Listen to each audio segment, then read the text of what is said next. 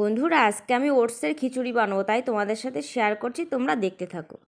দেখো বন্ধুরা, এখানে আমি কি কি সবজি রেডি করেছি ওটসের খিচুড়িটা বানানোর জন্য। তো এখানে পেঁয়াজ কুচো আছে, সিম কুচো আছে, আর টমেটো, পাকা টমেটো, কাঁচা টমেটো, এদিকে হচ্ছে গাজর কুচো, আলু টুকরো করা আছে, আর এদিকে হচ্ছে ক্যাপসিকাম, আর এটা হচ্ছে পেঁয়াজকলি, ঠিক আছে, আর এটা হচ্ছে বিনস, আর এখানে হচ্ছে আদা গ্রেট করা আছে। আর এদিকে দেখো লেবু কাটা হচ্ছে, মানে এই এক টুকরো হয়ে যাবে।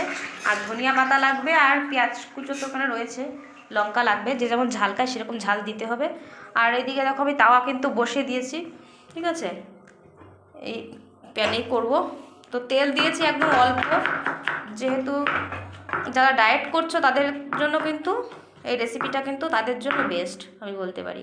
একদম তেল কম দিয়েছি, দেখো একদম কম, ঠিক আছে, দুজনের জন্য বানাচ্ছি ওটসের খিচুড়ি। তো তোমরা চাইলে বাটার দিতে পারো, কিন্তু যেহেতু ডায়েটের জন্য করছি সেখানে বাটারটা অ্যাভয়েড করাটা উচিত। বাটার একটু সামান্য একটু সরষের তেল দিয়েছি, ঠিক আছে। তো দেখতে থাকো আমি কিভাবে বানাই, তোমরাও বানিয়ে খেতে পারো এইভাবে। তো দেখো তেলটা কিন্তু গরম হয়ে গেছে, আমি এখানে কুচনো পেঁয়াজ দিয়ে দিলাম। তো গ্যাসের ফ্লেমটা কিন্তু মিডিয়াম রাখতে হবে। না, গ্যাসটা তো লিভেই গেছে, দিচ্ছি মিডিয়াম রাখতে হবে, ঠিক আছে, বেশি বাড়ালে চলবে না, একদম মিডিয়াম। এই দেখো এইভাবে, ঠিক আছে। পেঁয়াজটা হালকা করে একটু নেড়ে নিচ্ছি।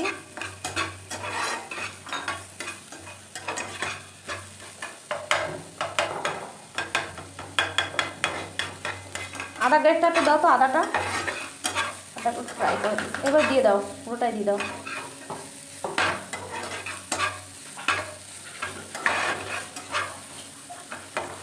ওটসের প্যাকেটটা খুলে দিও। হ্যাঁ, আমার হাজব্যান্ড আমাকে এদিকে হেল্প করছে বানাতে, ঠিক আছে। তো রাতের খাবারটা যখন বানায় আমার হাজব্যান্ড কিন্তু সবসময় আমাকে হেল্প করে, রাতে একটু ফ্রি থাকে বলে দেয়, ঠিক আছে। তারপরে দেখো এখানে আমি গাজর কুচোটা দিয়ে দিলাম, সব সবজিগুলো একে একে দিয়ে দেবো, ঠিক আছে। আলুও দিয়ে দিচ্ছি, আর এদিকে বিনসটাও দিয়ে দিলাম। এরকম কুচো কুচো করে নেবে তোমরা, ঠিক আছে। তো এর আগেও আমি ওটসের খিচুড়ি একদিন বানিয়েছি, সত্যি কথা বলতে যারা ডায়েট করছো তাদের জন্য কিন্তু খুব স্বাস্থ্যকর একটা হেলদি ফুড এটা। তোমরা চাইলে বানিয়ে খেতে পারো এইভাবে, খুবই সহজ বানানো আর খুব অল্প সময়ের মধ্যে হয়ে যায়।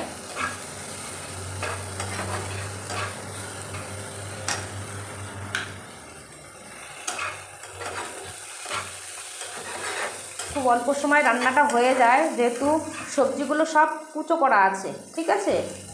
সেক্ষেত্রে সেদ্ধটাও তাড়াতাড়ি হয়, রান্নাটাও তাড়াতাড়ি হয়। সেদ্ধ তাড়াতাড়ি হয় বলেই রান্নাটা তাড়াতাড়ি হয়ে যায়।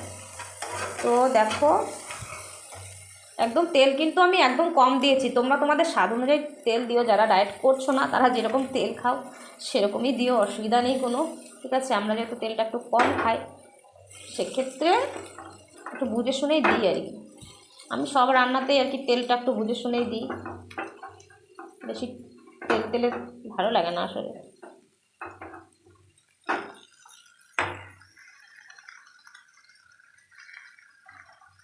যা যা সবজি দেখলে কেটেছি সেগুলো কিন্তু সব দিয়ে দিচ্ছি, আর এই সব সবজিগুলো কিন্তু আমার হাজব্যান্ড আমাকে কেটে দিয়েছে, তো সেই কারণে আমার একটু সুবিধা হয়েছে। আমি এখন কিন্তু পরিমাণ মতো লবণটা দিয়ে দেবো, ঠিক আছে। তোমরা বুঝে শুনে লবণটা দিও, মাঝে মাঝে টেস্ট করে দেখো যে লবণটা কেমন হয়েছে। অতিরিক্ত বেশি হয়ে গেলে কিন্তু একদম রান্নাটাই বাজে হয়ে যাবে।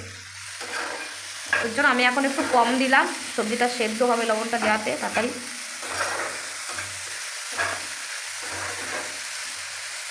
ভালো করে একটু ফ্রাই করতে হবে এটা, যাতে সবজির কাঁচা গন্ধটা যাতে চলে যায়। হলুদও দিয়ে দেবো।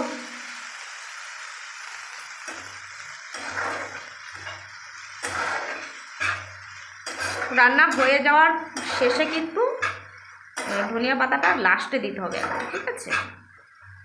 আর সবজিটা ভালো করে একটু সেদ্ধ হয়ে আসবে, তারপরে ওটসটা দেবো, কারণ এখন যদি ওটস দিই না তাহলে একদম খিচুড়ি হয়ে যাবে, সেই কারণে। সবজিটা যতক্ষণ সেদ্ধ না হবে ততক্ষণ কিন্তু ওটসটা একদম দিতে যাবে না। দেখতে থাকো তাহলে বুঝতে পারবে। একদম মিডিয়াম হিটে কিন্তু রান্নাটা করতে হবে, নাহলে কিন্তু সবজি আবার পুড়ে যেতে পারে।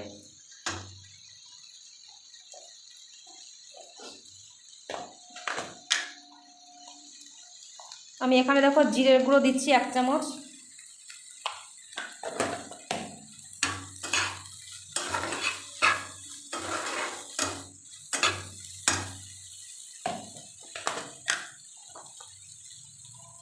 এক চামচ ধনিয়া গুঁড়ো দিচ্ছি।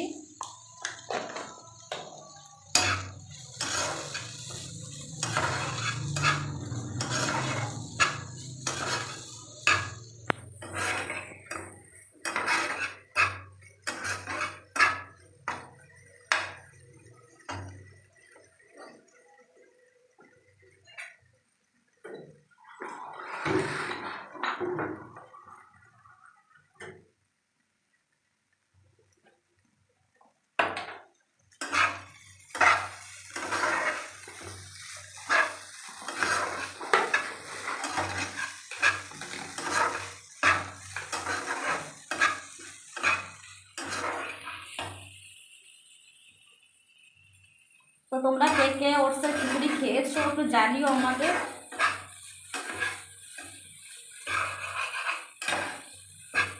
সবজিটা ভালোই ভাজা ভাজা হয়ে গেছে, দেখছি আলুটা সেদ্ধ হয়েছে কিনা। না, আলুটা এখনো সেদ্ধ হয়নি। যতক্ষণ না সেদ্ধ হবে ততক্ষণ কিন্তু একটু ভাজা ভাজা করতে হবে, ঠিক আছে? এখন কিন্তু জল দিলে চলবে না, একটু ভাজা ভাজা করে সেদ্ধ সেদ্ধ হয়ে আসবে, তারপরে ওটস দেবো। ওটসটা দিয়ে ভালো করে একটু ফ্রাই করে নিয়ে তারপরে কিন্তু জলটা দিতে হবে। তো আলুটা তোমরা যারা না খাও নাও দিতে পারো, ঠিক আছে? অনেকে তো আলু খায় না, যাতে ডায়াবেটিস আছে তারা তো আলু খায় না, সেক্ষেত্রে তোমরা আলুটা কিন্তু বাদ দিতে পারো।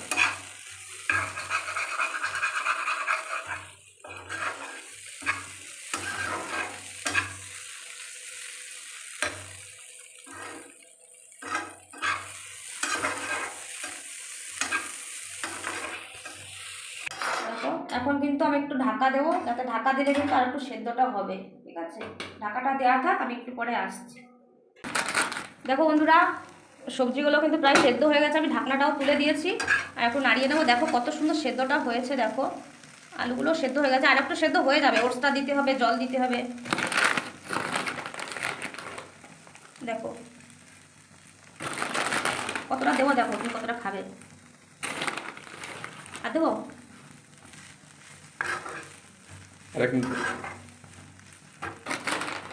তোমরা যতটা খাবে যতটা পরিমাণ ততটা দেবে। এখন অনেকে সবজিটা বেশি দেওয়া হচ্ছে, সবজিটা যত বেশি খাবে বেশি ভালো। দেখো এখন গরম মশলা দেবো, দেখো 1/2 চামচ গরম মশলা দিচ্ছি। গরম মশলা দিয়ে নাড়াতে হবে, তারপরে জল দেবো।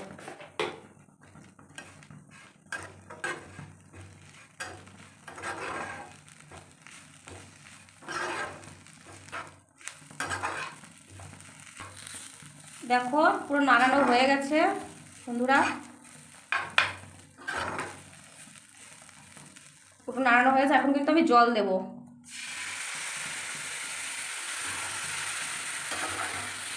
একটু বুঝে শুনে জলটা কিন্তু দিতে হবে, ঠিক আছে?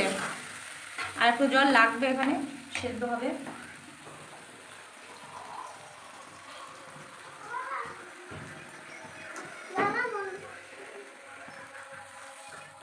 দাঁড়াবো রান্নাটা করে দিই, তুমিও খাবে বাবার সাথে।